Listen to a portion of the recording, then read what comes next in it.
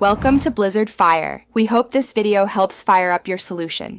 You start by securing safety and control. Wear eye protection and gloves, and lay a soft cloth down to prevent loss.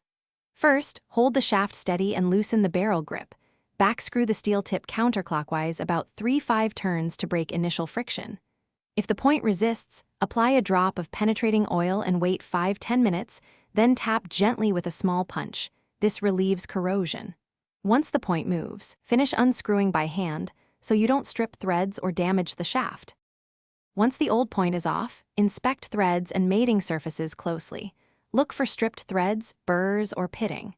You need to identify thread size and pitch. Common options include 2BA or M3, so you match the replacement. Clean both the barrel and shaft threads with a small brush and isopropyl alcohol to remove debris. This ensures proper seating and prevents loosening. Then select a hardened steel replacement point that matches the original length and is rated for the dart weight. You should hand start the new point to ensure correct thread engagement, then use an appropriate point wrench to snug it. Do not over-torque because that strips threads. If you need lasting security, apply one small drop of medium-strength thread locker on clean, aligned threads before final install. Once set, it prevents loosening.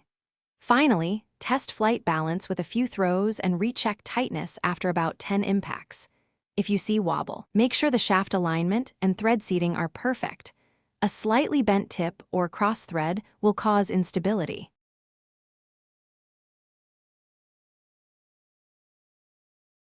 Thanks for watching. If you found this helpful, don't forget to like and subscribe.